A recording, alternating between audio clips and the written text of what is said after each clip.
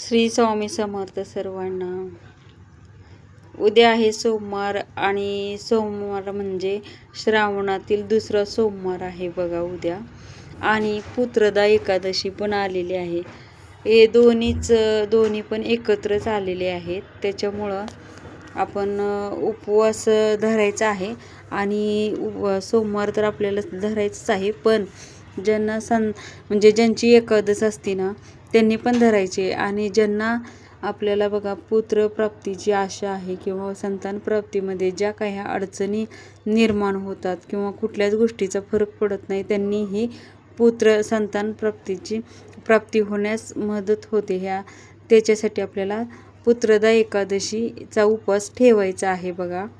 आणि हा उपवास आपल्याला बघा संध्याकाळी पण सोडायचा नसतो, आणि सोमवार हा संध्याकाळी सोडायचा असतो। त्याच्यामुळं आपल्याला दुपारी आपल्याला एकच टाईम मिठाचं खायचं आहे। त्याच्यामुळं थोडा फलाहार करून आपल्याला रात्री ही एकादशी आपल्याला म्हणजे भगर किंवा आपण उपवासाचे पदार्थ करून सोडायचे आहे। आणि नंतर आपल्याला बघा आता हे दुसऱ्या श्रावणातला सोमवार म्हटलं तर आपल्याला पूजा करायची आहे बघा। आपण नेहमी जशी पूजा करतो तशीच पूजा करायची आहे। आपण मंदिरामध्ये जायचं आहे आणि जल ते अर्पण करायचं आहे। आणि बघा, आणि जल ते अर्पण केल्यानंतर आपल्याला एक बेलपत्र घ्यायचं आहे।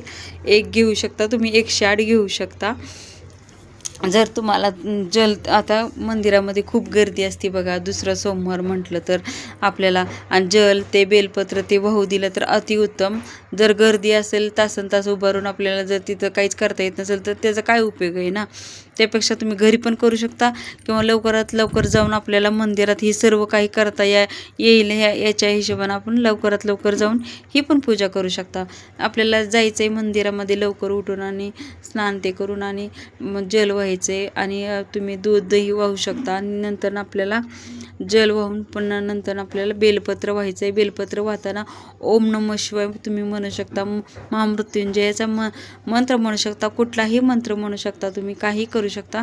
ओम नमः शिवाय, ओम नमः शिवाय, ओम नमः शिवाय असं पण म्हणू शकता तुम्ही बघा। आणि हे आता हे केल्यानंतर आपल्याला तुमच्याकडे एक असू द्या किंवा किती 108 बेलपत्र असू द्या, म्हणजे बेलपत्र बघा ओम नमः शिवाय, ओम नमः शिवाय, ओम नमः शिवाय असं म्हणत तुम्हाला 108 बेलपत्र व्हायचे आहेत। 108 नसेल तर एकच बेलपत्र आपल्याला व्हायचं आहे। आणि नंतर आपल्याला धूप अगरबत्ती लावून तुपाचा दिवा लावून हे करायचं आहे। आणि नंतर आपल्याला दुसऱ्या सोमवारची शिवमूठ आहे बघा तीळ, त्यामुळं दुसऱ्या शिवमूठाची तीळ आपल्याला शिवमूठ व्हायची आहे तिळाची। आणि नंतर आपल्याला संतान प्राप्तीसाठी एक उपाय करायचा आहे बघा। आता संतान प्राप्तीसाठी आपल्याला काय करायचं आहे तर आपण जे वाहिलेलं बेलपत्र आहे त्याच्यातलं एकच बेलपत्र घ्यायचं आहे आपल्याला, आणि आपण तिथंच बसून आपल्याला खायचं आहे ते बेलपत्र।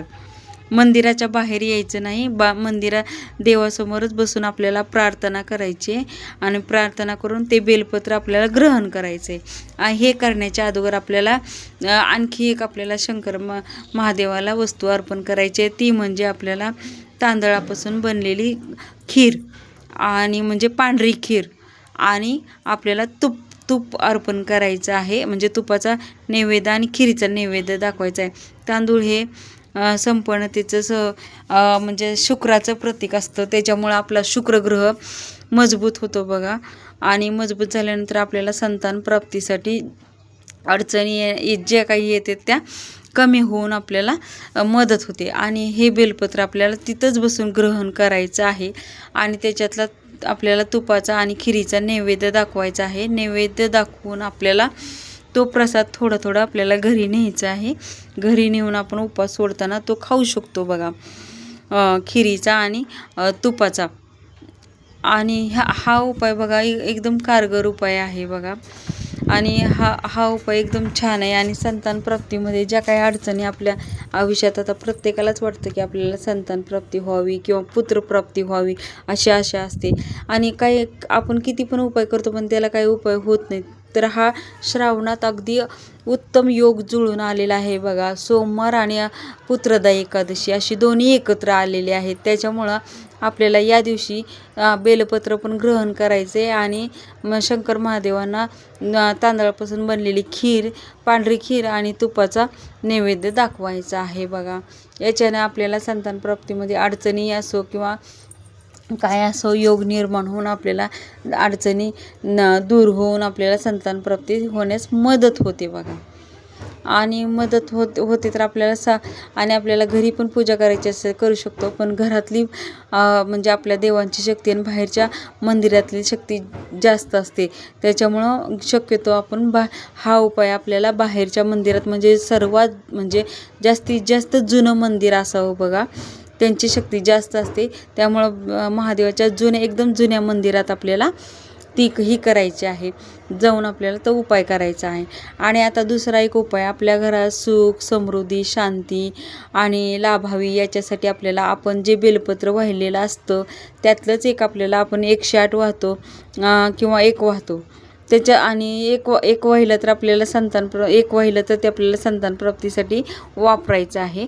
आणि दुसरं एक आपल्याकडे असेल तर ते बेलपत्र आपल्याला स्वतः ही केलेलं पाहिजे बघा. ते बेलपत्र आपण एक घरी घेऊन जायचं आहे. आपण बेलपत्र हा उपाय करा आणि संतान प्राप्तीसाठी खूप म्हणजे खूप कारगर उपाय आहे. तुम्हाला जर माहिती आवडली असेल तर मला कमेंट करून नक्की सांगा. श्री स्वामी समर्थ.